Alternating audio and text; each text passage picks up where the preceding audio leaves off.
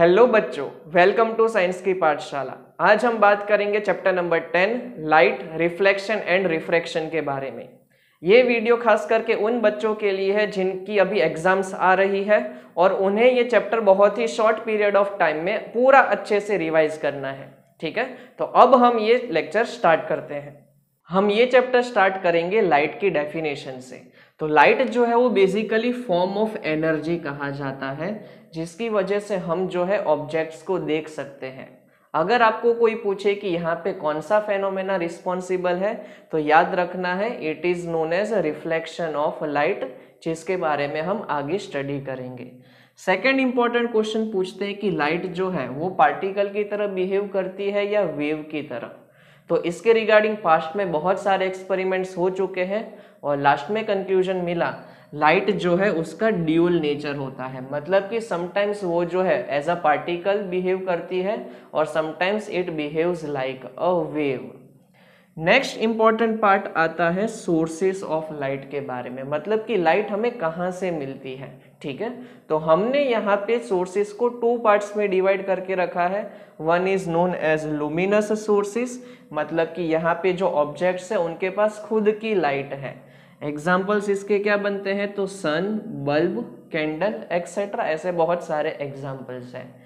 Second जो sources होते हैं उसको कहा जाता है नॉन लुमिनस सोर्सेस। यहाँ पे जो ऑब्जेक्ट्स हैं उनके पास खुद की लाइट नहीं होती, जैसे कि मून हो गया और प्लैनेट्स। ठीक है, नेक्स्ट एक वैल्यू आपको याद रखनी है, सी की वैल्यू। सी का मतलब होता है speed of light in air और वैक्यूम। ये जो वैल्यू है वो न्यूमेरिकल के लिए बहुत इंपॉर्टेंट है। हम आगे जाके जब न्यूमेरिकल स्टडी करेंगे तब इसमें इसका यूज आएगा, तो आप लोग अभी से याद रख लो। C means speed of light in air और वैक्यूम, और इसकी फिक्स्ड वैल्यू होती है 3 × 10⁸ मीटर पर सेकेंड। नेक्स्ट 1 मार्क का क्वेश्चन पूछा जाता है, वो है वेवलेंथ ऑफ लाइट के बारे में। ठीक है, वेवलेंथ क्या होता है, तो आपने इसको ऑलरेडी 9th स्टैंडर्ड में स्टडी करके रखा है। जब इसका कुछ इंपॉर्टेंट पार्ट आएगा तब मैं उसको आपको और डिटेल में बताऊंगा। अभी के लिए आपको ये पार्ट याद रखना है कि जो वेवलेंथ ऑफ लाइट होती है वो होती है 4000 एंगस्ट्रॉम से लेके 7000 एंगस्ट्रॉम। हाँ, एक पार्ट याद रखना है कि हम यहाँ पे जो लाइट की बात कर रहे हैं वो है विजिबल लाइट। ठीक है, ये जो है विजिबल लाइट की वेवलेंथ है। एंगस्ट्रॉम क्या होता है, तो ये कन्वर्जन आपको याद रखना है कि 1 एंगस्ट्रॉम इज इक्वल टू होता है 10⁻⁻10 मीटर। अब हम बात करेंगे बीम ऑफ लाइट के बारे में। बीम ऑफ लाइट का मतलब होता है group of light rays. Light जो है वो हमेशा ग्रुप में ट्रैवल करती है और हम बीम ऑफ लाइट को टोटल 3 पार्ट्स में डिवाइड करते हैं। First is known as convergent beam. Convergent beam का मतलब होता है कि जहाँ पे लाइट की रेस एक पॉइंट पे आके इंटरसेक्ट करे, मर्ज हो जाए, उस चीज को कहा जाता है कन्वर्जेंट बीम। यहाँ पे जो विड्थ होती है लाइट रेस की, ठीक है, वो कंटिन्यूअसली डिक्रीज होती जाती है और लाइट एक पॉइंट पे आके कन्वर्ज हो जाती है। Second is known as divergent beam, जो कन्वर्जेंट का कंप्लीटली ऑपोजिट है। डाइवर्जेंट का मतलब होता है दूर जाना। ठीक है, तो लाइट की यहाँ पे जो रेज है वो एक दूसरे से कंटिन्यूअसली दूर जाती रहती है, जिसकी वजह से उनके बीच की जो विड्थ होती है वो क्या रहती है, कंटिन्यूअसली इंक्रीज हो जाती है। थर्ड जो है उसको कहा जाता है पैरेलल बीम, मतलब लाइट जो है वो हमेशा एक दूसरे से पैरेलल चलती है, जिसकी वजह से उनकी जो विड्थ होती है वो कंटिन्यूअसली सेम रहती है, उसमें कोई भी चेंज नहीं आता। अभी तक आपने जो देखा वो चैप्टर का इंट्रोडक्शन पार्ट था। यहाँ से हम एक न्यू टॉपिक स्टार्ट करेंगे, that is reflection of light. यहाँ पे 1 मार्क की इसकी डेफिनेशन पूछी जाती है, तो आप लोग अच्छे से नोट कर लेना। रिफ्लेक्शन का मतलब होता है bouncing back of light when it strikes the smooth plane surface. इसका मतलब क्या हुआ, ये हम एक डायग्राम के थ्रू समझेंगे। फॉर एग्जाम्पल हमारे पास एक स्मूथ प्लेन सरफेस है, आप मिरर भी कंसीडर कर सकते हो। फॉर एग्जाम्पल इसके ऊपर लाइट जो है वो इंसिडेंट हो रही है। ठीक है, ए बी को हम कहेंगे इंसिडेंट रे। ठीक है, अब ऑब्वियसली अगर लाइट इंसिडेंट होगी तो रिफ्लेक्शन फेनोमेना की वजह से वो जो लाइट है वो बाउंस बैक भी करेगी। मतलब कि ये जो पी क्यू लाइट है उसको हम कहते हैं रिफ्लेक्टेड रे। यहाँ पे जो लाइट रे एक एंगल बनाती है, किसके साथ? नॉर्मल के साथ। ये पार्ट याद रखना है। नॉर्मल का मतलब होता है ये सरफेस से परपेंडिकुलर इमेजिनरी लाइन। सो इंसिडेंट रे जो नॉर्मल के साथ एंगल बनाती है उस चीज को कहा जाता है एंगल ऑफ इंसिडेंस। और रिफ्लेक्टेड रे जो नॉर्मल के साथ एंगल बनाती है उसको कहा जाता है एंगल ऑफ रिफ्लेक्शन। ठीक है, तो रिफ्लेक्शन फेनोमेना बहुत ही सिंपल है। एक इंसिडेंट रे होती है, दूसरी होती है रिफ्लेक्टेड रे। ये कब होता है? जब लाइट जो है वो स्मूथ प्लेन सरफेस के ऊपर इंसिडेंट हो। अब हम बात करेंगे रिफ्लेक्शन ऑफ लाइट के बारे में, जो आपके बोर्ड्स के लिए 2 मार्क्स का क्वेश्चन बनता है। ठीक है, यहाँ पे हम टोटल 2 लॉज को स्टडी करने वाले हैं। फर्स्ट लॉ कहता है कि एंगल ऑफ इंसिडेंस जो है वो हमेशा इक्वल होता है एंगल ऑफ रिफ्लेक्शन के साथ। इसका मतलब क्या हुआ, अच्छे से समझना। फॉर एग्जाम्पल हमने एक नॉर्मल रे ड्रॉ की है that is perpendicular to the surface. जो इंसिडेंट रे एंगल बनाती है नॉर्मल के साथ उसको कहा जाता है एंगल ऑफ इंसिडेंस, जिसको हम आई से डिनोट करते हैं। For example angle of incidence हमारा 30 डिग्री रहता है नॉर्मल के साथ। तो according to this law light जो है वो अगेन कौन से डिग्री पे रिफ्लेक्ट करेगी? 30 डिग्री पे, जो आपको याद रखना है। सेकेंड इंपॉर्टेंट लॉ है that is incident ray, reflected ray and normal to the surface all lie in the same plane. ठीक है, तो ये जो है आप अच्छे से याद कर लोगे तो आपके जो 2 मार्क्स हैं वो बोर्ड की एग्जाम के लिए एज वेल एज स्कूल की एग्जाम के लिए पक्के हो जाएंगे। एक इंपॉर्टेंट फेनोमेना इसी के रिगार्डिंग कई बार पूछा जाता है, जो रिफ्लेक्शन का आप कह सकते हो कि एक स्पेशल केस है। मान लो जो हमारे पास प्लेन सरफेस है उसके ऊपर लाइट की जो रे है वो 90 डिग्री पे इंसिडेंट करती है। ठीक है, तो ये चीज याद रखना कि अगर वो 90 डिग्री पे इंसिडेंट कर रही है दैट मीन्स नॉर्मल के साथ जो उसका एंगल हुआ वो 0 डिग्री हुआ। दैट मीन्स वो उसी डायरेक्शन में वापिस से रिफ्लेक्ट करेगी। इसको अच्छे से याद रखना, 1 मार्क्स में कई बार पूछा जाता है। अब हम बात करेंगे प्लेन मिरर के बारे में। जब रेगुलर ग्लास के एक तरफ सिल्वर पॉलिश किया जाता है तो उससे हमें एक रिफ्लेक्टिंग सरफेस मिलती है और वो मिरर को कहा जाता है प्लेन मिरर। क्यों प्लेन मिरर कहते हैं? बिकॉज इसकी जो साइड्स होती है वो कैसे होती है? फ्लैट होती है। यहाँ पे कोई भी टाइप का कर्व नहीं होता है। तो ये पार्ट आपको अच्छे से पता होना चाहिए। नेक्स्ट हम देखेंगे कि प्लेन मिरर में इमेज कैसे बनती है। ये एक अगेन आपके बोर्ड्स के लिए बहुत इंपॉर्टेंट क्वेश्चंस है। अगर आपको ये पार्ट अच्छे से पता चल गया तो आगे के पार्ट में भी प्रॉब्लम नहीं होगी।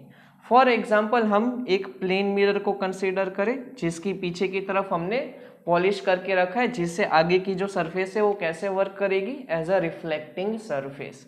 सो हमने एक प्लेन मिरर यहाँ पे ड्रॉ किया हुआ है जो आपको ग्रीन कलर से दिखाई दे रहा है। यहाँ से हमने उसकी एक एक्सिस पास करवाई है। ठीक है, ये एक्सिस कैसे कह सकते हो आप? नॉर्मल एक्सिस भी कंसीडर कर सकते हो, जो आपने पहले देखा था ऑलरेडी। अब ये मिरर के एग्जैक्टली सामने हमने एक ऑब्जेक्ट को वर्टिकली जो है प्लेस करके रखा है। ऑब्जेक्ट को हमने कंसीडर किया है ए बी। ये पार्ट बेटा अच्छे से समझ लेना कैसे इमेज फॉर्म होगी। हमेशा ये चीज याद रखनी है कि इमेज बनाने के लिए एटलीस्ट हमें 2 रिफ्लेक्टिंग रेज चाहिए। ठीक है, कैसे रिफ्लेक्टिंग रेज को कंसीडर किया जाता है वो अच्छे से देखना। फर्स्ट नंबर की रे फॉर एग्जांपल इस तरीके से ट्रैवल कर रही है normal to the mirror, this is our first ray. तो जैसा हमने पहले देखा था कि अगर कोई भी मिरर से नॉर्मली रे इंसिडेंट होती है तो वो नॉर्मली ही रिटर्न करेगी। तो ये हो गई हमारी फर्स्ट रे, यही हमारी इंसिडेंट रे है और रिफ्लेक्टेड रे भी इसी पाथ को बाद में ट्रेस करेगी। सेकेंड रे देखे तो फॉर एग्जाम्पल ये जो रे है सेकेंड नंबर की वो एक आई एंगल के साथ फॉर एग्जाम्पल यहाँ पे इंसिडेंट होती है। तो अगर हम लॉज ऑफ रिफ्लेक्शन को यहाँ पे कंसीडर करें तो ऑब्वियसली ये जो रे है ये मिरर से रिफ्लेक्ट करेगी एट एन एंगल R। अब हमें क्या करना होता है, अच्छे से समझना। ये जो रिफ्लेक्टेड रे 1 है, ये जो हमारी रिफ्लेक्टेड रे नंबर 2 है, ये इंसिडेंट रे है, उसी की ये हो गई रिफ्लेक्टेड रे। तो ऑब्वियसली ये दोनों रे जो है वो इस डायरेक्शन में कभी भी इंटरसेक्ट नहीं होगी। एक चीज ध्यान में रखनी है कि जहां पे रिफ्लेक्टेड रेज इंटरसेक्ट होती है वहीं पे आपकी इमेज बनती है। तो ये दोनों रेज लेफ्ट हैंड साइड पे कभी इंटरसेक्ट नहीं होगी। तो हम क्या करेंगे, इसको ट्रेस करेंगे। हमने ये वाली रे को ट्रेस किया जो आपको रेड कलर से शो किया हुआ है। So this is our first traced reflected ray. Second जो रिफ्लेक्टेड रे है उसको हमने वापस से ट्रेस किया, और ये दोनों रे जहां पे इंटरसेक्ट करती है वहीं पे आपकी इमेज बनेगी। दैट मीन्स ये जो ऑब्जेक्ट ए बी है उसकी इमेज बनी यहाँ पे ए डैश बी डैश। एक चीज याद रखनी है कि हमने यहाँ पे कैसे ऑब्टेन की है, ट्रेस करके। ठीक है, एक और इम्पॉर्टेंट पार्ट याद रखना है कि जितना डिस्टेंस यहाँ पे ऑब्जेक्ट का होता है फ्रॉम द मिरर, उतने ही डिस्टेंस पे यहाँ पे इमेज बनती है। ये कई बार 1 मार्क्स के क्वेश्चन में पूछा जाता है बोर्ड्स में। अब हम जानेंगे कि इमेज किस तरीके की बनती है, उसकी कैरेक्टरिस्टिक्स क्या होती है। मोस्ट टाइम पे क्वेश्चन ये टॉपिक का। First point is it obtains image as virtual and erect. Virtual and erect का मतलब क्या हुआ, यहाँ पे जो रे है, ठीक है, वो एक्चुअल में इंटरसेक्ट नहीं कर रही थी, लेकिन हमने उसको ट्रेस करके इंटरसेक्ट करवाया है, इसलिए ये जो इमेज बनी उसको कहा जाता है वर्चुअल इमेज। इरेक्ट का मतलब क्या हुआ, जैसे ये ए बी है उसी तरीके से ए डैश बी डैश मिला, हमें कोई इन्वर्टेड इमेज नहीं मिली है, स्ट्रेट इमेज मिली है जैसे ऑब्जेक्ट था, इसलिए हमने इसको कह दिया कि यहाँ पे जो इमेज है वो कैसी है, इरेक्ट इमेज है। Next important point is size of image is always equal to size of object. आपने ये नोटिस किया होगा, जब भी आप प्लेन मिरर के अगेंस्ट खड़े रहते हो तो आपकी साइज और आप जो इमेज देखते हो उसकी साइज कैसे रहती है, हमेशा इक्वल होती है। तो ये पार्ट भी आप याद रखोगे। थर्ड पॉइंट हमने ऑलरेडी डिस्कस कर लिया कि जितना ऑब्जेक्ट का डिस्टेंस है उतना ही इमेज का डिस्टेंस है। फॉर एग्जाम्पल आप मिरर से 2 मीटर के डिस्टेंस पे खड़े रहते हो तो आपकी इमेज भी कहाँ पे बनेगी, मिरर के दूसरी तरफ 2 मीटर के डिस्टेंस पे। और इसमें से क्वेश्चन पूछा जाता है कि फॉर एग्जाम्पल ऑब्जेक्ट मान लो कि 2 मीटर के डिस्टेंस पे है, तो उसका और इमेज के बीच का टोटल डिस्टेंस कितना होगा, तो इस केस में आंसर क्या आएगा, 4 मीटर। 2 और ये 2 ऐड करोगे तो आपको ऑब्जेक्ट और इमेज के बीच का जो टोटल डिस्टेंस है वो मिल जाएगा। और last important part is laterally inverted. Laterally inverted का मतलब होता है कि आपका जो लेफ्ट पोर्शन है वो इमेज का राइट पोर्शन बन जाता है। आप ये चीज मिरर में देख सकते हो कि आप अपना राइट हैंड रेज करना मिरर के सामने, और वहां पे जो इमेज फॉर्म होती है वो उसका लेफ्ट हैंड बन जाएगा। आई थिंक यहाँ तक सबको क्लियर होगा।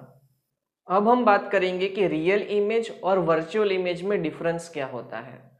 First point is real image कब फॉर्म होती है, तो हमेशा लाइट की जो रिफ्लेक्टेड रेज है वो एक्चुअली एक पॉइंट पे आके कन्वर्ज हो जाए, तो उस टाइप की इमेज को कहा जाता है रियल इमेज। और वर्चुअल इमेज तब बनती है जब वो एक्चुअली इंटरसेक्ट नहीं होती, जब हमें उसे ट्रेस करवा के इंटरसेक्ट करवाना होता है, जैसे हमने कुछ देर पहले प्लेन मिरर में किया था।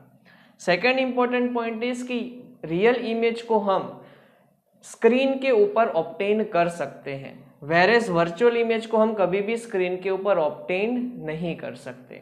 And third point is real image जो है वो हमेशा इन्वर्टेड इमेज बनती है।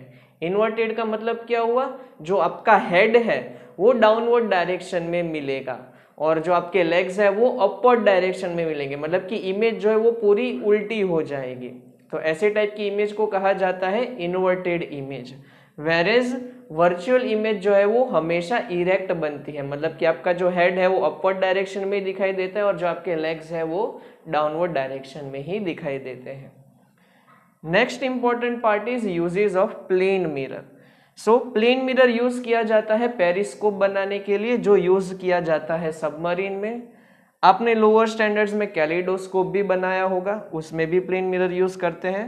कई बार रोड्स जब बिजी होता है तब टर्न्स लेने के लिए मिरर का यूज किया जाता है।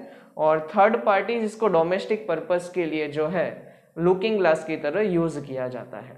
हमारा प्लेन मिरर वाला जो टॉपिक है वो अब खत्म हो चुका है। नेक्स्ट टॉपिक हम स्टार्ट करेंगे स्फेरिकल सरफेसेस। स्फेरिकल सरफेसेस को ऑब्टेन किया जाता है फ्रॉम अ स्फीयर। हमारे पास एक ग्लास का स्फीयर होता है जिसको हम कट करते हैं और एक पर्टिकुलर डायरेक्शन में जब उसको पॉलिश कर देते हैं तो वो कन्वर्ट हो जाता है एक स्फेरिकल सरफेस में। और यहाँ पे जो हमें स्फेरिकल सरफेस स्टडी करनी है वो टोटल 2 टाइप्स की होती है। One is known as concave mirror. हमने ये वाले पार्ट को ऑब्टेन किया और पीछे की तरफ पॉलिश कर दिया तो हमें जो पार्ट मिला उसे कहा जाता है कॉन्केव मिरर। इसका जो रिफ्लेक्टिंग सरफेस है वो अंदर की तरफ होता है जिसकी वजह से इसको कहा जाता है कन्वर्जिंग मिरर, बिकॉज ये लाइट को आफ्टर रिफ्लेक्शन एक पॉइंट पे कन्वर्ज करवाता है। ये वाली जो हमें सरफेस मिली उसको जो है हमने वापस से दूसरी तरफ पॉलिश कर दिया। इसका जो रिफ्लेक्टिंग सरफेस है वो आउटवर्ड डायरेक्शन में होता है जिसकी वजह से ये लाइट को कन्वर्ज नहीं करवाता बल्कि डाइवर्ज करवाता है। ठीक है, इसलिए इसको कहा जाता है डाइवर्जिंग मिरर। हमने दोनों टाइप के मिरर को आइडेंटिफाई कर लिया है। अब उसके रिगार्डिंग कुछ टर्म्स जो है वो समझ लेते हैं, बिकॉज उसी का हमें यूज आएगा रे डायग्राम को बनाने के लिए। फर्स्ट टर्म जो हम यहाँ पे स्टडी करेंगे उसको कहते हैं प्रिंसिपल एक्सिस। हमारे पास 2 रिफ्लेक्टिंग सरफेसेस हैं, एक को कहा जाता है कॉन्केव मिरर, दूसरा जो है वो कॉन्वेक्स मिरर। सो जो पर्टिकुलर एक्सिस मिरर के सेंटर में से पास होती है, ये जो रिफ्लेक्टिंग सरफेस आपको दिखाई दे रहा है उसके एग्जैक्टली सेंटर में से पास होती है, वो एक्सिस को कहा जाता है हमारी प्रिंसिपल एक्सिस। सेकंड जो आता है वो होता है सेंटर ऑफ कर्वेचर। जो मिरर को हमने स्फीयर में से ऑब्टेन किया है उसका कोई सेंटर होगा, उसी पॉइंट को कहा जाता है उसका सेंटर ऑफ कर्वेचर। एक और इंपॉर्टेंट पार्ट याद रखना है कि ये जो प्रिंसिपल एक्सिस है जो रिफ्लेक्टिंग सरफेस के पास इंटरसेक्ट करती है वो पॉइंट को कहा जाता है उसका पोल। ठीक है, प्रिंसिपल एक्सिस हमेशा पोल में से पास होती है। Third important point is radius of curvature. So ये जो हमारा पोल है और ये जो सेंटर ऑफ कर्वेचर है उसके बीच का जो डिस्टेंस है उसको कहा जाता है उसका radius of curvature. Next our part is principal focus. Principal focus का मतलब होता है जब इंसिडेंट रे हमारी पैरेलल हो और आफ्टर रिफ्लेक्शन जो पॉइंट से पास होती है वो पॉइंट को कहा जाता है प्रिंसिपल फोकस। इसके बारे में थोड़ा डिटेल में हम रे डायग्राम में भी स्टडी करेंगे। अभी के लिए आपको क्या याद रखना है कि जब इंसिडेंट रे पैरेलल होती है तो आफ्टर रिफ्लेक्शन जो पॉइंट से वो पास होती है वो पॉइंट को कहा जाता है प्रिंसिपल फोकस। नेक्स्ट हमारा आता है फोकल लेंथ। फोकल लेंथ का मतलब होता है distance between pole and principal focus. ठीक है, जिसको पीएफ भी कहा जाता है और आप उसे एफ से भी डिनोट कर सकते हैं। अपर्चर, एपर्चर का मतलब होता है diameter of that reflecting surface. ये जो आपको m1 m2 का जो डिस्टेंस दिया हुआ है जिसको हम डायामीटर भी कहते हैं उसको कहा जाता है मिरर का एपर्चर। लास्ट में हमें याद रखना है relation between focal length and radius of curvature. तो रेडियस ऑफ कर्वेचर होता है वो हमेशा ट्वाइस ऑफ फोकल लेंथ होता है, या तो आप याद रख सकते हैं कि F is equal to equation बनता है R/2 जो 1 मार्क्स में कई बार पूछा जाता है। रे डायग्राम ड्रॉ करने से पहले टोटल हम 4 रूल्स को स्टडी कर लेते हैं। फर्स्ट इज रूल नंबर 1, अगर हमारी incident ray parallel to principal axis travel करती है, ये है हमारी प्रिंसिपल एक्सिस और ये है हमारी इंसिडेंट रे, तो आफ्टर रिफ्लेक्शन वो जो है हमेशा फोकस से पास होगी। सेकेंड, आपको ये भी इंसिडेंट रे दिखाई दे रही है और वो भी देखो आफ्टर रिफ्लेक्शन कहाँ से पास होगी, हमेशा फोकस से। सेम कॉन्वेक्स मिरर के लिए भी यहाँ पे ड्रॉ करके रखा है, this is parallel to principal axis and after reflection वो जो है वो फोकस से पास होगी। ये एक डाइवर्जिंग मिरर है, इसलिए जो रेज है वो अपवर्ड डायरेक्शन में जा रही और ये वाली जो रे है वो डाउनवर्ड डायरेक्शन में जा रही। अगर हम उसको ट्रेस करेंगे तो वो कहाँ से पास हो जाएगी, फोकस से। अब हम बात करेंगे रूल नंबर 2 जो रूल नंबर 1 के कंप्लीटली ऑपोजिट है। अगर हमारी इंसिडेंट रे फोकस से पास होती है तो वो आफ्टर रिफ्लेक्शन हो जाएगी पैरेलल। सेम हमने कॉन्वेक्स के लिए ड्रॉ करके रखा है। यहाँ पे अगर आप एरो देखें तो इंसिडेंट रे जो है वो ऐसे फोकस की तरफ पास हो रही थी और आफ्टर रिफ्लेक्शन जो है वो हो जाती है parallel. Next is our rule number 3। अगर incident ray centre of curvature से पास होती है तो वापस वो उसी डायरेक्शन में रिफ्लेक्ट होती है। सेम हमने यहाँ पे जो है कॉन्वेक्स के लिए ड्रॉ करके रखा है। यहाँ पे क्यों डॉटेड लाइन बनाते हैं? बिकॉज यहाँ पे जो रे है वो कौन सी है? वर्चुअल इमेजेस फॉर्म करती है, इसके लिए। नेक्स्ट हम देखेंगे रूल नंबर 4, जो आप कह सकते हो कि लॉ ऑफ रिफ्लेक्शन का भी इसका यूज किया जाता है इसमें। सो यहाँ पे फॉर एग्जांपल हमारी जो इंसिडेंट रे है वो अगर एंगल आई के साथ इंटरसेक्ट करती है पोल पे, या तो आप कह सकते हो कि प्रिंसिपल एक्सिस के साथ आई एंगल बनाती है, तो आफ्टर रिफ्लेक्शन जो है वो आर एंगल बना के जो है रिफ्लेक्टेड बैक होती है। सेम हमने ड्रॉ किया है उसको कॉन्वेक्स के लिए। सबसे पहले हम बात करेंगे रे डायग्राम फॉर कॉन्केव मिरर, जहां पे हमें टोटल 6 रे डायग्राम बनाएंगे। फर्स्ट ऑफ ऑल हम बात करते हैं कि फॉर एग्जांपल हमारा जो ऑब्जेक्ट है वो अभी इन्फिनिटी पे है। इन्फिनिटी का मतलब हुआ ऑब्जेक्ट जो है बहुत ही ज़्यादा लार्ज डिस्टेंस पे है as compared to the mirror. So ये हमने पहले एक तो कॉन्केव मिरर ड्रॉ कर लिया। यहाँ से हमने एक प्रिंसिपल एक्सिस ड्रॉ कर ली, जहाँ पे प्रिंसिपल एक्सिस इंटरसेक्ट करती है उस पॉइंट को कहा जाता है पोल। हमने यहाँ पे फोकस पॉइंट जो है वो मार्क कर दिया और सेंटर ऑफ कर्वेचर मार्क कर दिया।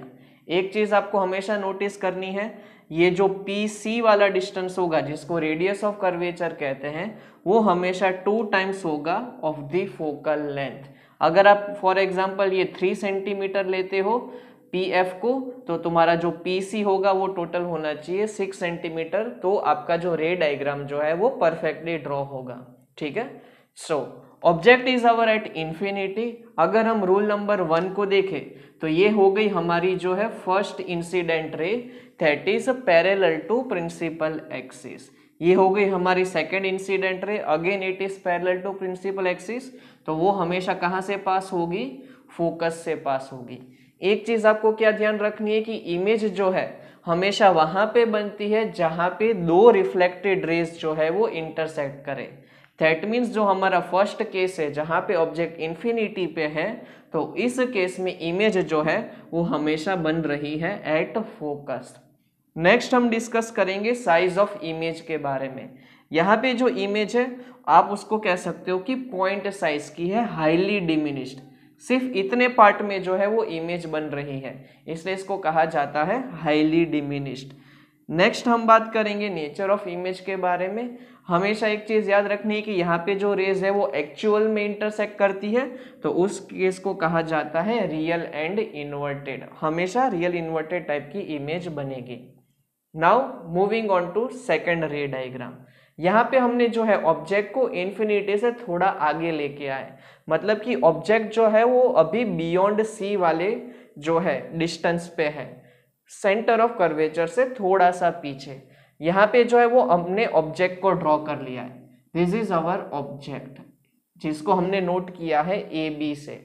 अगेन हम रूल नंबर 1 को देखें तो अगर हमारी जो फर्स्ट रे है वो पैरेलल टू प्रिंसिपल एक्सिस है, तो आफ्टर रिफ्लेक्शन जो है वो रे कहाँ से पास होगी? फोकस से, जो आप यहाँ पे क्लियरली देख सकते हो। अब सेकेंड रे ड्रॉ करने के लिए हम यूज करेंगे रूल नंबर 2। अगर हमारी जो सेकेंड रे है वो फोकस से पास होती है तो आफ्टर रिफ्लेक्शन वो हो जाएगी पैरेलल, जो आपको यहाँ पे ग्रीन कलर के लाइन से दिखाई दे रहा है। अब देखो एक चीज नोटिस करो, ये जो है वो हमारी ब्लू कलर की वो फर्स्ट रिफ्लेक्टेड रे है, ग्रीन कलर की जो है वो हमारी सेकेंड रिफ्लेक्टेड रे है। तो दोनों देखो ये पॉइंट पे आके इंटरसेक्ट कर रही है, दैट मीन्स हमारी ये जो इमेज है वो बन रही है beyond between F and C। ठीक है, इमेज हमारी C और F के बीच में बन रही है और ये है हमारी इमेज A', B'। अगर हम यहाँ पे पोजीशन ऑफ ऑब्जेक्ट को मार्क करें तो हमने ऑलरेडी बियॉन्ड C पे रखा हुआ है। पोजीशन ऑफ इमेज देखें तो वो C और F के बीच में बन रही है। साइज ऑफ इमेज इस केस में वापस से बनेगी डिमिनिश्ड। अगर आप यहाँ पे कंपैरिजन करो ए बी को और ए डैश बी डैश को, अगर आप मेजर करोगे तो आपको ए डैश बी डैश जो है वो लेसर हाइट वाला दिखेगा compare to the object. And again हमारी जो इमेज का नेचर है वो बनेगा real and inverted. Beyond C के बाद अब हमने ऑब्जेक्ट को प्लेस किया है सेंटर ऑफ कर्वेचर, मतलब कि एट सी पे। अगेन हम रूल नंबर 1 यूज करेंगे, तो अगर रे हमारी पैरेलल टू प्रिंसिपल एक्सिस है तो आफ्टर रिफ्लेक्शन वो पास होगी फोकस से, ये वाले पॉइंट से। एंड सेकेंड रूल को अगर यूज करें तो जो रे फोकस से पास होती है वो आफ्टर रिफ्लेक्शन हो जाती है पैरेलल। दैट मीन्स यहाँ पे अगर आप नोटिस करोगे तो जहाँ पे हमने ऑब्जेक्ट को प्लेस किया है वहीं पे इमेज बन रही है, मतलब कि पोजीशन ऑफ ऑब्जेक्ट और पोजीशन ऑफ इमेज जो है वो यहाँ पे सेम आता है। एक और इंटरेस्टिंग बात ये है कि यहाँ पे जो ऑब्जेक्ट की साइज है और इमेज की साइज जो है वो दोनों सेम होती है। ये कई बार जो है वो आपको 1 मार्क्स में पूछा जाता है। अगेन नेचर ऑफ इमेज की अगर हम बात करें तो वो रहेगा हमारा रियल एंड इन्वर्टेड। नेक्स्ट हम बात करेंगे 4th नंबर का रे डायग्राम। अब हमने ऑब्जेक्ट को फर्दर पुश कर दिया है, हम सी से भी आगे की तरफ ऑब्जेक्ट को पुश कर देते हैं और अभी हमने ऑब्जेक्ट को रखा है बिटवीन सी एंड एफ। यहाँ पे ऑब्जेक्ट प्लेस है। अगेन अगर हम फर्स्ट रे ड्रॉ करेंगे तो वो वापिस से पास होगी फोकस से। सेकेंड रूल को यूज करेंगे तो जो फोकस से रे पास हो रही है वो हो जाएगी पैरेलल। जहाँ पे दोनों की दोनों रेज इंटरसेक्ट करेगी रिफ्लेक्टेड रेज, वहाँ पे आपका बनेगा इमेज। दैट मीन्स यहाँ पे जो इमेज बन रही है वो सी के पीछे बन रही है। दैट मीन्स यहाँ पे लिखना पड़ेगा हमें बियॉन्ड सी। अब साइज ऑफ इमेज है वो यहाँ पे चेंज हो जाता है। ऑब्जेक्ट के कंपैरिजन में जो इमेज है उसकी साइज बड़ी हो जाती है, इसलिए हमें यहाँ पे लिखना पड़ता है enlarge. And nature of image again हमारा सेम रहेगा रियल एंड इन्वर्टेड। अब हम ड्रॉ करेंगे 5th नंबर का रे डायग्राम, जहाँ पे ऑब्जेक्ट को फर्दर पुश करेंगे और फोकस पे लेके आएंगे।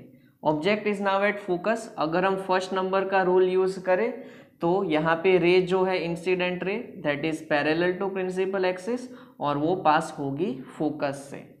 थर्ड नंबर का अगर रूल हम यूज करें तो जो सेंटर ऑफ कर्वेचर से रे पास होने वाली है वो सेंटर ऑफ कर्वेचर से ही रिटर्न होगी। अगर आप यहाँ पे नोटिस करोगे तो ये दोनों जो रेस है वो पैरेलल है, मतलब कि ना वो लेफ्ट हैंड साइड पे इंटरसेक्ट कर सकती है ना ही राइट हैंड साइड पे। दैट मीन्स हम यहाँ पे ऐसा कंसिडर कर दे कि ये दोनों रिफ्लेक्टेड रेस जो है वो कहीं इन्फिनिटी पे जाके इंटरसेक्ट करेगी। दैट मीन्स हमारी जो इमेज है वो बनेगी इन्फिनिटी पे। साइज ऑफ इमेज की अगर हम बात करें तो वो आएगा हाईली डिमिनिश्ड और अगेन नेचर ऑफ इमेज जो है वो वापिस से आएगा रियल एंड इन्वर्टेड। नेक्स्ट हम बात करेंगे हमारा लास्ट रे डायग्राम कॉन्केव मिरर के लिए, जहाँ पे हमने ऑब्जेक्ट को फर्दर पुश किया और उसे प्लेस कर दिया between pole and focus. Object जो है हमारा ए बी यहाँ पे प्लेस्ड है।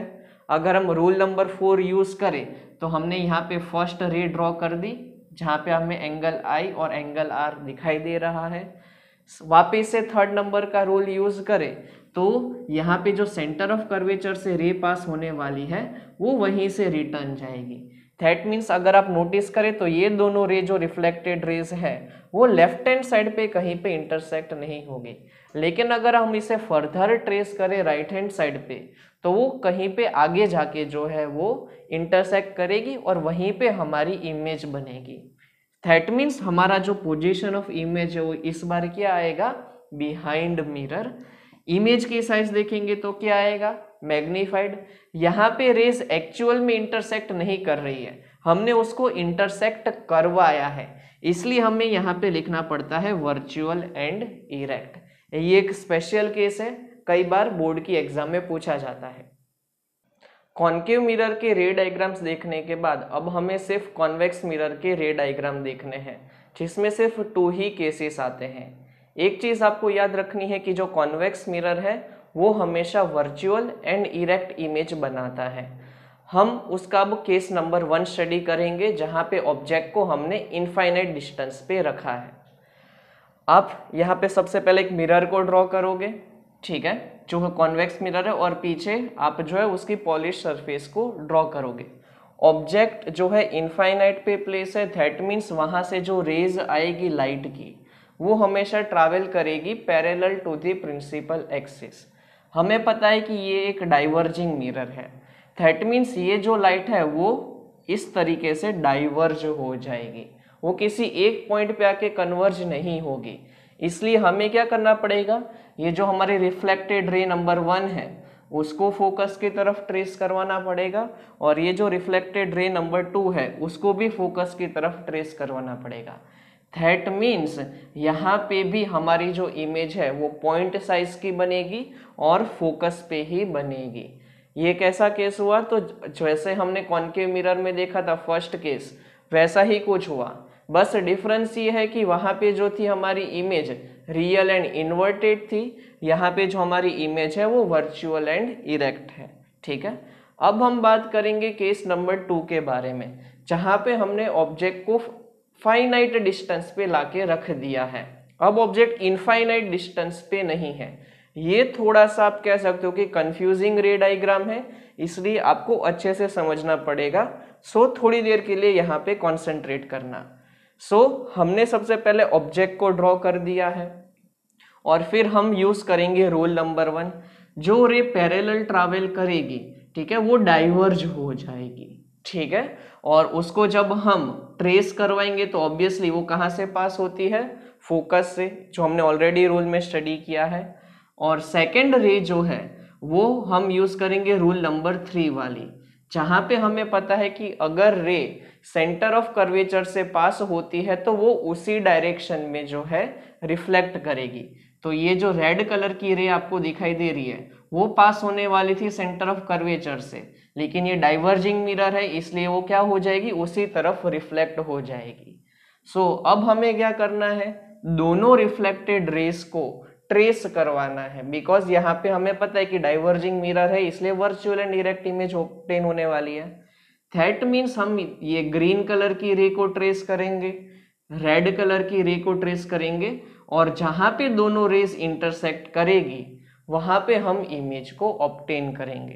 दैट मीन्स यहाँ पे आप देखोगे तो पोजीशन ऑफ इमेज क्या होगा, बिटवीन P एंड F, मतलब कि प्रिंसिपल फोकस एंड पोल के बीच में इमेज बन रही है। और आप इन दोनों की साइज को कंपेयर करोगे तो इमेज की साइज जो है वो स्मॉलर है। दैट मीन्स हमें साइज ऑफ इमेज में क्या लिखना पड़ेगा, डिमिनिश्ड। और नेचर ऑफ इमेज तो आपको पता ही है, हमेशा रहता है वर्चुअल एंड इरेक्ट। अब हम देखेंगे uses of concave and convex mirror, जो एक थियोरेटिकल क्वेश्चन है और आपकी NCERT की एक्सरसाइज में भी मेंशन है। ये क्वेश्चन कई बार बोर्ड्स में भी पूछे गए हैं। सबसे पहले हम बात करेंगे uses of concave mirror. First इसका यूज आप याद रखोगे कि इसको टॉर्चेस, सर्च लाइट्स और हेडलाइट्स में यूज किया जाता है। सेकेंड इसका यूज है as a shaving mirror. Third इसका यूज है जो डेंटिस्ट करते हैं आपकी टीथ की साइज को देखने के लिए। ऑब्वियसली आपके टीथ की साइज स्मॉल होती है तो उसको लार्जर साइज में देखने के लिए डेंटिस्ट इसका यूज करते हैं। एंड फोर्थ एंड फाइनल इसका यूज है सोलर फर्नेस में, जहाँ पे हमें सन की जो लाइट है उसको एक पॉइंट पे आके कॉन्सेंट्रेट करवाना होता है, बिकॉज हमें लार्जर अमाउंट में हीट चाहिए। इसमें से कौन सा IMP पॉइंट है, तो आप फर्स्ट और थर्ड को IMP कंसीडर कर सकते हो, बिकॉज इसके रिगार्डिंग 1 मार्क्स के क्वेश्चन बहुत बार पूछे गए हैं। अब हम बात करेंगे यूजेस ऑफ कॉन्वेक्स मिरर के बारे में। इसका फर्स्ट पॉइंट हम देखते हैं, जो आप कह सकते हो कि इन सारे पॉइंट्स में से सबसे ज़्यादा IMP है, बिकॉज इसको कई बार गिव रीजन के फॉर्म में भी पूछा जाता है। हमारा जो व्हीकल है उसमें होता है एक रियर व्यू मिरर, इसमें कॉन्वेक्स मिरर को यूज किया जाता है। क्यों यूज किया जाता है, तो आपको याद रखना है बिकॉज ये एक इरेक्ट इमेज फॉर्म करता है और हमें wider field of view provide करता है, सो दैट एक्सीडेंट होने के चांस जो है वो कम हो जाए। और सेकेंड इसका यूज किया जाता है एज अ सिक्योरिटी मिरर, जहाँ पे कोई भी शॉपकीपर है वो किसी भी कस्टमर या थीफ के ऊपर जो है नजर रख सके। अब हम बात करेंगे मिरर फॉर्मूला के बारे में, जिसके न्यूमेरिकल्स आपको 3 मार्क्स में पूछे जाते हैं। मैं आपके लिए एक अलग से डेडिकेटेड वीडियो लाऊंगा न्यूमेरिकल्स कैसे सॉल्व किए जाते हैं। इस पूरे वीडियो में हम सिर्फ और सिर्फ थियरी पार्ट ही कवर करने वाले हैं। आप टेंशन मत लेना, एक अलग ही सेपरेट वीडियो मिलेगी आप लोगों को, जहाँ पे आप मिरर के क्वेश्चंस को कैसे सॉल्व कर सकते हो और लेंस के क्वेश्चन को कैसे सॉल्व कर सकते हो। अभी हम उसके फॉर्मूलाज जो है डिस्कस कर लेते हैं। फर्स्ट हम स्टार्ट करेंगे हमारे मिरर फॉर्मूला से, जिसका फॉर्मूला होता है 1/u plus 1/v is equal to 1/f। u जो है उसको कहा जाता है ऑब्जेक्ट डिस्टेंस। हमें जितने भी डिस्टेंसेस है वो मेजर करने होते हैं फ्रॉम दी पोल, ठीक है। तो u आप याद रख लेना, कहते हैं उसे ऑब्जेक्ट डिस्टेंस, मतलब कि ऑब्जेक्ट और पोल के बीच का डिस्टेंस। v जिसको कहा जाता है इमेज डिस्टेंस, मतलब कि पोल और जहां पे इमेज फॉर्म हो रही है उसके बीच का distance. And f is known as focal length of that mirror. Second important part आता है मैग्निफिकेशन। मैग्निफिकेशन एक रेशियो होता है height of image to the height of object, मतलब कि यहाँ पे हम कंपेयर करते हैं कि इमेज जो है क्या ऑब्जेक्ट से बड़ी बन रही है या तो छोटी बन रही है। सो उन दोनों का रेशियो लेंगे तो हमें मैग्निफिकेशन की वैल्यू मिलेगी। सेकेंड इंपॉर्टेंट इक्वेशन मैग्निफिकेशन का बनता है that is image distance upon object distance. Again image distance की जगह पे हम v लिख देंगे, ऑब्जेक्ट डिस्टेंस की जगह पे u लिख देंगे, और यहाँ पे आपको याद रखना है कि एक माइनस की साइन आती है। अगर मैग्निफिकेशन की वैल्यू 1 आती है that means height of image और हाइट ऑफ ऑब्जेक्ट कैसे रहेंगे, सेम। जो आपने देखा था हमारा थर्ड नंबर का केस, जहां पे ऑब्जेक्ट और इमेज की साइज सेम मिल रही थी। सिमिलरली अगर मैग्निफिकेशन की वैल्यू 1 से लेस आती है, मतलब कि हम उसे डिमिनिश्ड इमेज कहते हैं, तो वहां पे height of image is always less than height of object. और थर्ड केस बनता है अगर मैग्निफिकेशन की वैल्यू ग्रेटर देन 1 आई, मतलब जहां पे हमने लिखा था एनलार्ज्ड इमेज, तो वहां पे हाइट ऑफ इमेज जो है वो ग्रेटर देन होती है हाइट ऑफ ऑब्जेक्ट से। आपने यहाँ पे देखा कि माइनस की साइन आती है मैग्निफिकेशन के एक फॉर्मूला में। अगर हम सॉल्व करते हैं और मैग्निफिकेशन की साइन माइनस आती है दैट मीन्स वहां पे जो इमेज है वो कैसी बन रही है, रियल एंड इन्वर्टेड। ये कब बनती है रियल एंड इन्वर्टेड, तो आपको याद हो तो जो हमने 5 रे डायग्राम्स ड्रॉ किए थे स्टार्टिंग के कॉनकेव मिरर के लिए, तो वहां पे मैग्निफिकेशन की साइन माइनस में आती है। और सिमिलरली मैग्निफिकेशन की साइन पॉजिटिव कब आएगी, तो जहां पे वर्चुअल एंड इरेक्ट इमेज बनेगी, जो हमने कॉन्वेक्स मिरर के 2 रे डायग्राम्स में देखा था, और कॉनकेव मिरर का जो लास्ट नंबर का रे डायग्राम था वहां पे हमने देखा था। रिफ्लेक्शन वाला पार्ट हमारा कंप्लीट हो चुका है। अब हम स्टार्ट कर रहे हैं new topic that is refraction of light. सबसे पहले हम देखेंगे उसकी डेफिनेशन। रिफ्रैक्शन का मतलब होता है bending of light. Light bend हो जाती है जब वो एक मीडियम से दूसरे मीडियम में ट्रैवल करती हो। क्यों लाइट बेंड होती है, तो उसका एक रीजन आपको याद रखना है, बिकॉज लाइट की जो स्पीड होती है वो डिफरेंट होती है इन डिफरेंट मीडियम। ऑब्वियसली अगर लाइट की स्पीड चेंज होगी तो उसकी डायरेक्शन भी चेंज होगी। अब आप पूछोगे सर मीडियम क्या होता है। मीडियम का मतलब होता है वो रीजन जहां से लाइट ट्रैवल करती हो। लाइट एयर से ट्रैवल कर सकती है, वाटर से ट्रैवल कर सकती है, कोई भी सॉलिड या लिक्विड मीडियम से इजीली ट्रैवल कर सकती है। अगर आपको इसका एक कॉमन फेनोमेना देखना है तो आपने लोअर स्टैंडर्ड्स में वो ब्रोकन पेंसिल वाला जो है एक्टिविटी किया होगा, जहां पे आपने ग्लास के अंदर वाटर को फिल किया था और उसके अंदर पेंसिल को रखते थे। आपने फिर ये नोटिस किया था कि जो पेंसिल है वो वाटर का जो इंटरफेस है वहां पे ब्रोकन दिखाई देती है। So that is due to refraction of light. अब हम देखते हैं कि लाइट कैसे बेंड होती है। मान लो लाइट जो है वो एयर से वाटर की तरफ ट्रैवल कर रही है। एयर को रेरर मीडियम कहा जाता है, वाटर को डेंसर मीडियम कहा जाता है। अब आप पूछोगे सर रेरर और डेंसर क्या होता है, तो रेरर का मतलब है जहां पे पार्टिकल्स की डेंसिटी बहुत कम हो। एयर के जो पार्टिकल्स हैं उनके बीच में स्पेस बहुत ज्यादा होता है, दैट मीन्स उनकी जो पार्टिकल डेंसिटी है वो बहुत कम होगी, इसलिए उसको कहा जाता है रेरर मीडियम। उसका अपोजिट होता है वाटर में, बिकॉज वाटर एक लिक्विड सब्सटेंस है, दैट मीन्स वहां पे पार्टिकल्स के बीच जो स्पेस होती है वो बहुत कम होती है, दैट मीन्स उनकी डेंसिटी ज्यादा होगी। इसलिए अगर हम एयर और वाटर को कंपेयर करें तो एयर बनेगा हमारा रेरर मीडियम, वाटर बनेगा हमारा डेंसर मीडियम। अब देखते हैं लाइट कैसे बेंड होगी। ये एक इंपॉर्टेंट कॉन्सेप्ट है जो आपको अच्छे से समझना है और साथ में याद भी रखना है। सपोज हमने मान लिया कि जो लाइट है वो ट्रैवल कर रही है, this is our incident ray, ठीक है, ये हमने यहाँ पे नॉर्मल ड्रॉ किया है और ये हमारा इंटरफेस है जो एयर और वाटर को सेपरेट कर रहा है। सो लाइट जब इंसिडेंट करेगी ये वाले इंटरफेस के ऊपर, तो उस टाइम पे लाइट जो है वो बेंड हो जाती है। किस तरफ बेंड होगी? तो आपको याद रखना है टूवर्ड्स नॉर्मल। टूवर्ड्स नॉर्मल मतलब कि यहाँ पे हम मान लो कि हम एंगल आई कंसीडर करते हैं और यहाँ पे एंगल आर, यहाँ पे जो एंगल आर है ना उसको एंगल ऑफ रिफ्रैक्शन कहा जाता है। याद रखना, इसको कहते हैं angle of refraction, not reflection. So light जब बेंड होगी from rare medium to denser medium, तो वो बेंड होती है टूवर्ड्स नॉर्मल। दैट मीन्स यहाँ पे जो हमारा एंगल आई है उससे हमें लेस मिलेगा एंगल आर, इसको कहते हैं टूवर्ड्स नॉर्मल बेंडिंग। इसका ऑपोजिट केस होता है जब light water to air travel करती है। यहाँ पे लाइट टूवर्ड्स नॉर्मल बेंड हुई थी, तो यहाँ पे लाइट जो है वो बेंड होगी अवे फ्रॉम नॉर्मल। इसका मतलब क्या हुआ? यहाँ पे हमारा जो एंगल ऑफ रिफ्रैक्शन है वो एंगल ऑफ इंसिडेंस से ज्यादा होगा।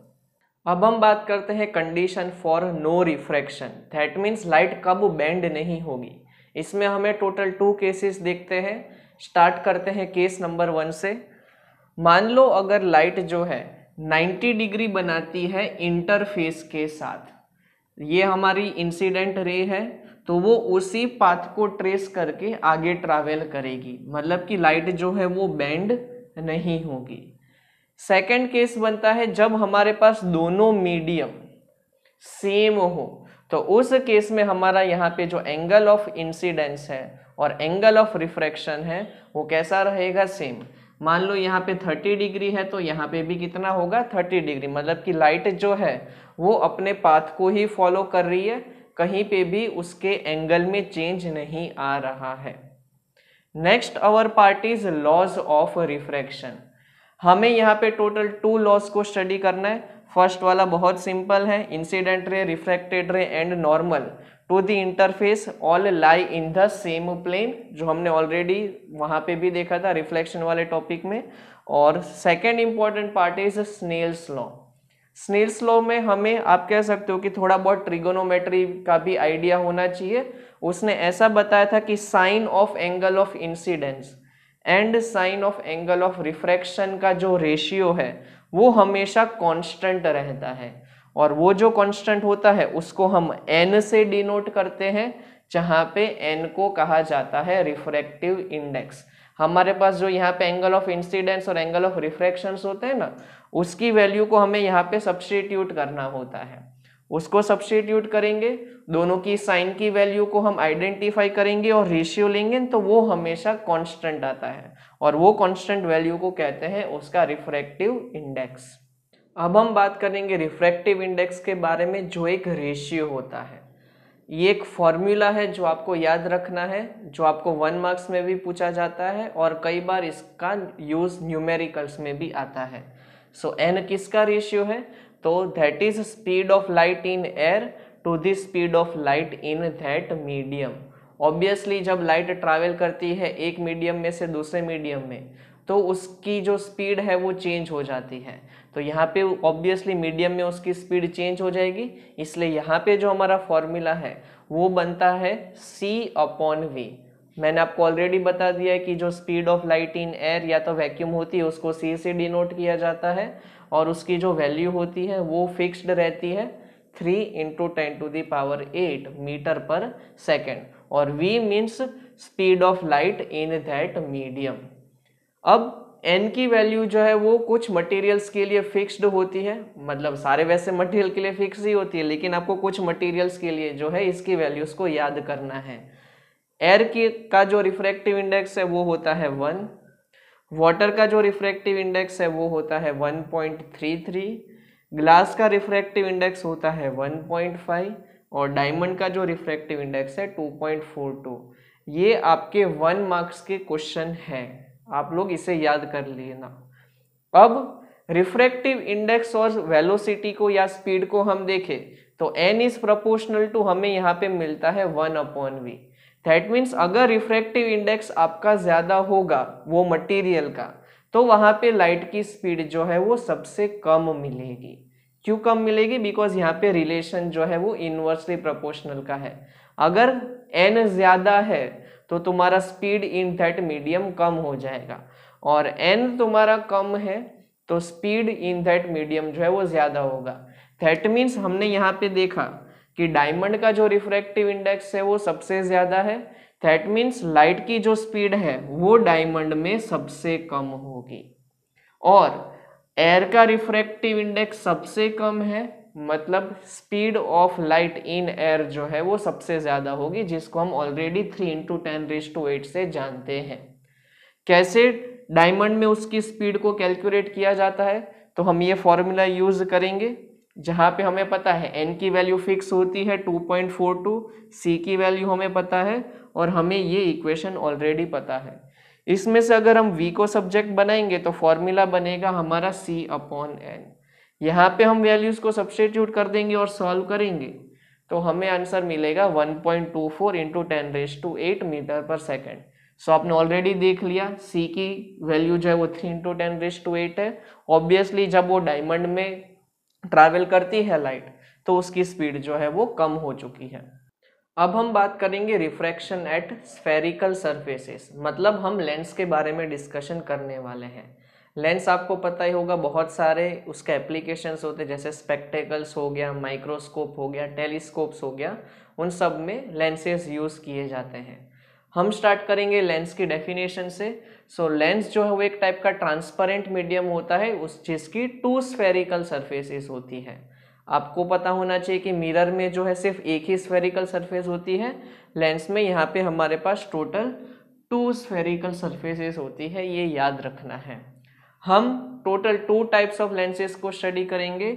एक होता है कॉन्वेक्स लेंस जिसको कन्वर्जिंग लेंस भी कहा जाता है, एंड सेकेंड होता है कॉनकेव लेंस जिसको डाइवर्जिंग लेंस भी कहा जाता है। क्यों इसको कन्वर्जिंग कहते हैं? बिकॉज ये लाइट को एक पॉइंट पे आके कन्वर्ज करवाता है, और ये कन्वर्ज नहीं करवाता, ये लाइट को डाइवर्ज करता है, इसलिए इसको कहा जाता है डाइवर्जिंग लेंस। अब इसको कैसे याद रखा जाए? तो कॉन्वेक्स लेंस जो है वो सेंटर में थिक होता है और उसके जो एंड्स है वहाँ पे थिन होता है, और कॉनकेव लेंस उसका ऑपोजिट है, ये सेंटर में थिन होता है और उसके जो एंड्स है वहाँ पे थिक होता है। अब हम उसके कुछ टर्म्स देखेंगे। हम सबसे पहले क्या करेंगे, दोनों लेंसेज को ड्रॉ करेंगे और सेंटर में से पास कराएंगे उसकी प्रिंसिपल एक्सिस। यहाँ पे पोल जो है वो रिमूव हो जाता है, मतलब कि यहाँ पे पोल लिखा नहीं जाता, पोल की जगह पे लिखा जाता है उसका ऑप्टिकल सेंटर, जिसको O से डिनोट किया जाता है। दोनों का ऑप्टिकल सेंटर यहाँ पे है, और ऑप्टिकल सेंटर से एक परपेंडिकुलर लाइन पास की जाती है जिसको कहा जाता है रिफ्रैक्टिव एक्सिस। ठीक है, यहाँ तक आपको समझ में आ गया होगा। अब हम उसके ऊपर डिफरेंट पॉइंट्स मार्क करेंगे। फर्स्ट पॉइंट इज F1 जिसको कहा जाता है फर्स्ट प्रिंसिपल फोकस। क्यों फर्स्ट लिखते हैं? बिकॉज यहाँ पे हमारे पास 2 सरफेसेस हैं, दोनों के प्रिंसिपल फोकस जो है वो अलग होंगे। ठीक है, इसलिए इसके लिए हमने लिख दिया प्रिंसिपल फोकस F1 और दूसरी सरफेस के लिए यहाँ पे लिख दिया F2। सिमिलरली हमने यहाँ पे लिख दिया। सेकेंड, हम जो है वहाँ पे हमने सेंटर ऑफ कर्वेचर लिखा था, उसको यहाँ पे रिप्लेस कर देंगे 2F1 से। Obviously centre of curvature 2 times focal length था, तो सिमिलर नोटेशन है, यहाँ पे लिखना पड़ेगा 2F1 और यहाँ पे लिखना पड़ेगा 2F2। Similarly 2F1 and 2F2। Focal length क्या होता है वो आपको पता होना चाहिए। It is the distance between optical centre and principal focus. अब हमें वापस से लेंस के लिए रे डायग्राम ड्रॉ करने हैं, लेकिन उससे पहले कुछ रूल्स जो है वो आपको याद रखने पड़ेंगे। सबसे पहले हम बात करेंगे रूल नंबर 1 के लिए। अगर हमारी जो इंसिडेंट रे है वो ट्रैवल करती है parallel to the principal axis, तो यहाँ पे लाइट की रे जो है वो बेंड हो जाएगी, बिकॉज यहाँ पे रिफ्रैक्शन होगा। और कहाँ से पास होगी? तो याद रखना है फ्रॉम दी फोकस, मतलब कि F2 से वो पास होगी। अगर हम ये वाले लेंस के लिए देखें जिसको कॉनकेव लेंस कहा जाता है, तो यहाँ पे जो लेंस है वो लाइट को डाइवर्ज करेगा, लेकिन जब हम उसे ट्रेस करेंगे तो वो कहाँ से पास होगा, F1 से।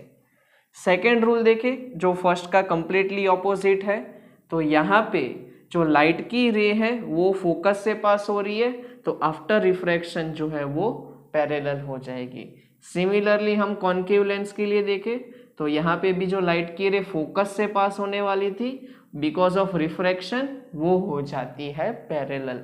और रूल नंबर 3 अगर हम देखें तो यहाँ पे अगर रे ऑप्टिकल सेंटर से पास होती है तो वो अनडेविएटेड पास होगी। सिमिलरली यहाँ से जब वो रे पास होगी तो वो हो जाएगी अनडेविएटेड। ये 3 रूल्स अगर आपको अच्छे से समझ में आ गए तो आप इजीली रे डायग्राम को ड्रॉ कर सकते हैं। अब हम डिस्कस करेंगे रे डायग्राम्स को। आप लोगों को अगर याद हो तो कॉन्केव मिरर के लिए हमने 6 रे डायग्राम्स ड्रॉ किए थे। अब सिमिलरली हमें कॉन्वेक्स लेंस के लिए 6 रे डायग्राम्स ड्रॉ करने हैं। फर्स्ट केस हम कंसीडर करें, सपोज हमने ऑब्जेक्ट को इन्फिनिटी पे रखा है, तो अगेन हम रूल नंबर 1 यूज करेंगे। अगर हमारी incident ray parallel to that principal axis है तो आफ्टर रिफ्रैक्शन वो रेज पास होगी फोकस से। दैट मीन्स जहाँ पे रिफ्रैक्टेड रे इंटरसेक्ट होती है वहाँ पे आपकी इमेज मिलेगी। तो इस केस में हमारी जो इमेज है वो बनेगी 2f2 पे, मतलब कि फोकस पे। नेचर ऑफ इमेज को अगर हम कंसीडर करें तो ये बनेगा हमारा रियल एंड इन्वर्टेड। क्यों? बिकॉज ये जो है वो एक कन्वर्जिंग लेंस है, वो रेस को एक्चुअल में इंटरसेक्ट करवाता है, इसलिए हमें लिखना पड़ेगा real and inverted.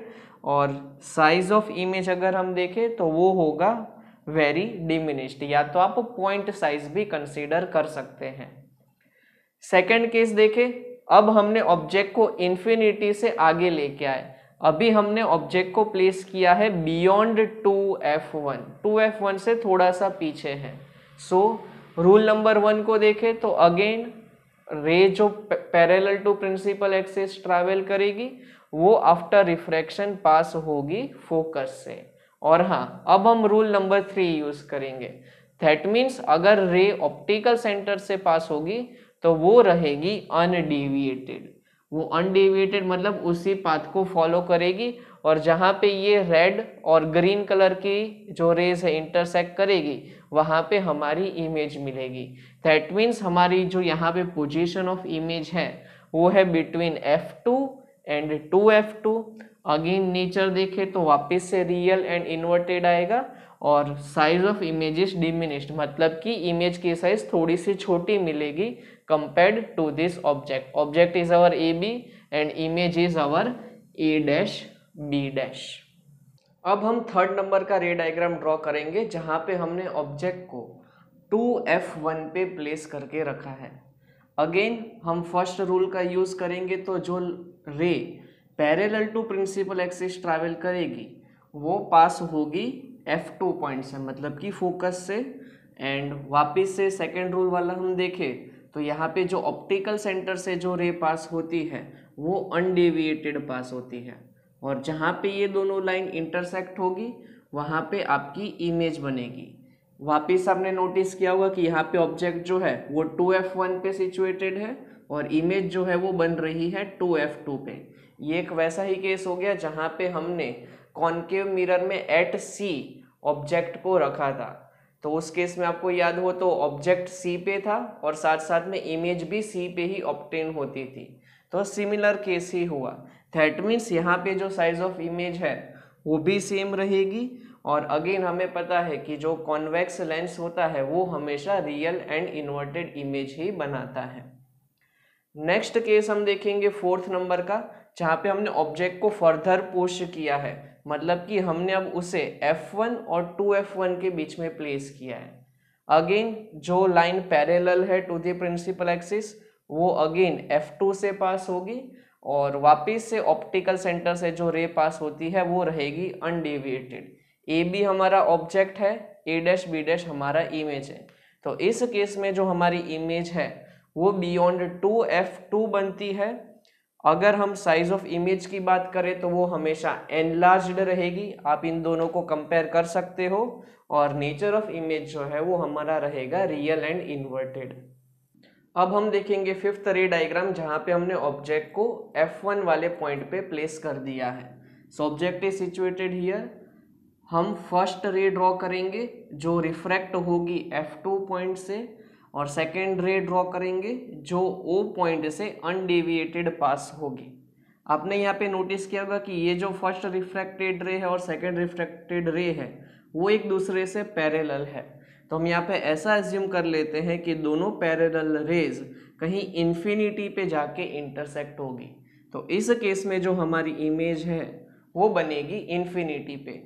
Size of image की बात करें तो वो यहाँ पे रहेगी highly magnified, and again nature is real and inverted. अब हम बात करेंगे लास्ट रे डायग्राम, जहाँ पे हमने ऑब्जेक्ट को फर्दर पुश किया और उसे प्लेस कर दिया है O एंड F1 के बीच में। ये जो हमारा AB है वो ऑब्जेक्ट है। वापिस से हम यहाँ पे रे डायग्राम ड्रॉ करेंगे। फर्स्ट रे देखे तो वो F2 से पास होगी, और सेकेंड रे जो है वो O से अनडेविएटेड पास होगी। अगर आप नोटिस करोगे तो ये दोनों रेस जो है वो डाइवर्जिंग रेस है, वो यहाँ पे कहीं पे इंटरसेक्ट नहीं करेगी। लेकिन अगर हम उसे ट्रेस करें बैकवर्ड डायरेक्शन में तो वो इंटरसेक्ट हो जाएगी, जिसकी वजह से हमारी इमेज A' B' मिलेगी।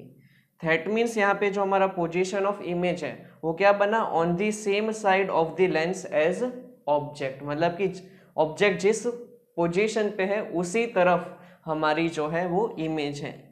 साइज ऑफ इमेज की बात करें तो वो रहेगा मैग्नीफाइड, और ये एक स्पेशल केस है, यहाँ पे हमने रेज को जो है इंटरसेक्ट करवाया है। That means nature of image हमारा बनेगा वर्चुअल एंड इरेक्ट। सो यहाँ पे हमारे टोटल 6 रे डायग्राम्स जो कॉन्वेक्स लेंस के थे वो कंप्लीट हो चुके हैं। अब हम ड्रॉ करेंगे कॉन्केव लेंस के लिए रे डायग्राम, जो एक डाइवर्जिंग लेंस है। दैट मीन्स वो हमेशा लेंस को डाइवर्ज करेगा, और यहाँ पे हमेशा हमें इमेज को ऑब्टेन करने के लिए रिफ्रैक्टेड रेज को ट्रेस करना पड़ेगा, सो दैट हमें एक इमेज मिले। सबसे पहले हमने ऑब्जेक्ट को एट इन्फिनिटी कंसीडर किया है। दैट मीन्स जो रे पैरेलल ट्रैवल करेगी टू द प्रिंसिपल एक्सिस वो डाइवर्ज हो जाएगी। सो हमें ये दोनों रिफ्रैक्टेड रेज को ट्रेस करवाना पड़ेगा, और वो दोनों पास होगी F1 पॉइंट से। दैट मीन्स हमारी जो इमेज है वो कहाँ पे मिलेगी, eight F1। Size of image देखे तो आएगा वेरी डिमिनिश्ड, और एक पार्ट हमेशा याद रखना है कि ये जो हमारा कॉन्केव लेंस है वो सिर्फ और सिर्फ virtual and erect image he obtain करता है। सेकेंड हम रे डायग्राम ड्रॉ करेंगे, जहां पे हमने ऑब्जेक्ट को फाइनाइट डिस्टेंस पे प्लेस किया है। दैट मीन्स यहाँ पे जो फर्स्ट रे हम ड्रॉ करेंगे पैरेलल टू प्रिंसिपल एक्सिस वो डाइवर्ज हो जाएगी। सेकेंड रे जो ऑप्टिकल सेंटर से पास होने वाली है वो अनडेविएटेड रहेगी। तो यहाँ पे हमें इमेज को ऑब्टेन करने के लिए ये जो रिफ्रैक्टेड रे है उसको ट्रेस करवाना पड़ेगा, और ये जो रिफ्रैक्टेड रे यहाँ पे जब कहीं पे इंटरसेक्ट होगी वहां पे हमारी इमेज मिलेगी A' B'। सो यहाँ पे जो हमारी पोजीशन ऑफ इमेज है वो कहाँ पे मिल रही है, तो between O and F1 on the same side of lens as the object. ये एक स्पेशल केस है, बोर्ड्स में कई बार पूछा गया है, तो आप इसको एक IMP क्वेश्चन कंसीडर करना। साइज ऑफ इमेज अगर हम देखें तो डिमिनिश्ड, आप क्लियरली देख सकते हो कि ऑब्जेक्ट जो है उसकी साइज लार्ज है, इमेज की साइज जो है वो स्मॉल है। And again nature of image is virtual and erect. So अभी तक हमने सारे के सारे रे डायग्राम कंप्लीट कर दिए हैं। मिरर के रे डायग्राम कंप्लीट हो चुके हैं, जिसमें हमने कॉन्केव मिरर और कॉन्वेक्स मिरर के देखे। सिमिलरली हमने लेंसेज के भी सारे के सारे रे डायग्राम कंप्लीट कर दिए हैं। आई होप सबको समझ में आ गए होंगे। अब हम देखेंगे वेरी इंपॉर्टेंट क्वेश्चन जो 3 मार्क्स में बोर्ड्स में पूछा जाता है, that is refraction through a rectangular glass slab. इस क्वेश्चन को अटेम्प्ट करने के लिए सबसे पहले आपको एक रेक्टेंगुलर ग्लास स्लैब ड्रॉ करना पड़ेगा। सिंपल, आप क्या ड्रॉ करोगे, अपने नोटबुक के अंदर रेक्टेंगल। हम यहाँ पे ग्लास स्लैब को एयर में प्लेस करके रखा है, मतलब कि यहाँ पे जो है हमारा air as a rarer medium work करेगा। ग्लास ये वाला जो पार्ट है जिसको हमने PQRS से नोट किया है वो as a denser medium work करेगा। और अगेन यहाँ पे है हमारा रेरर मीडियम। यहाँ पे हम लाइट को इंसिडेंट करवाते हैं। जब लाइट AB इंसिडेंट होगी तो वो नॉर्मल के साथ आई एंगल फॉर्म करती है जिसको कहा जाता है एंगल ऑफ इंसिडेंस। अब हमें पता है कि यहाँ पे जो लाइट है वो rarer medium to denser medium travel कर रही है। तो आप लोगों को याद हो तो जब light rarer to denser travel करती है तो वो टूवर्ड्स नॉर्मल बेंड होती है।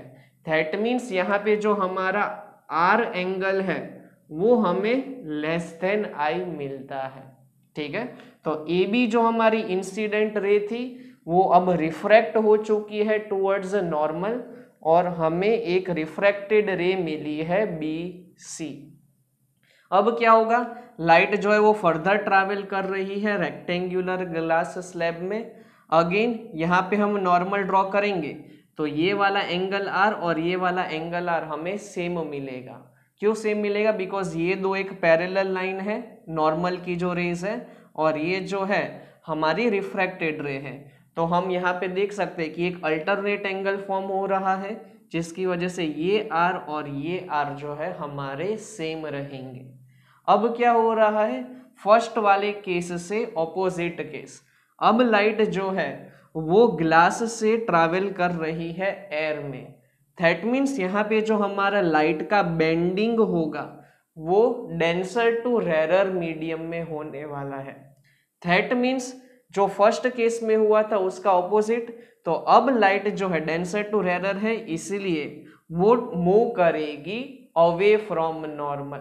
दैट मीन्स हमारा जो यहाँ पे E है जिसको हम कहते हैं एंगल ऑफ इमर्जेंस और ये जो CD है उसको कहा जाता है इमर्जेंट रे।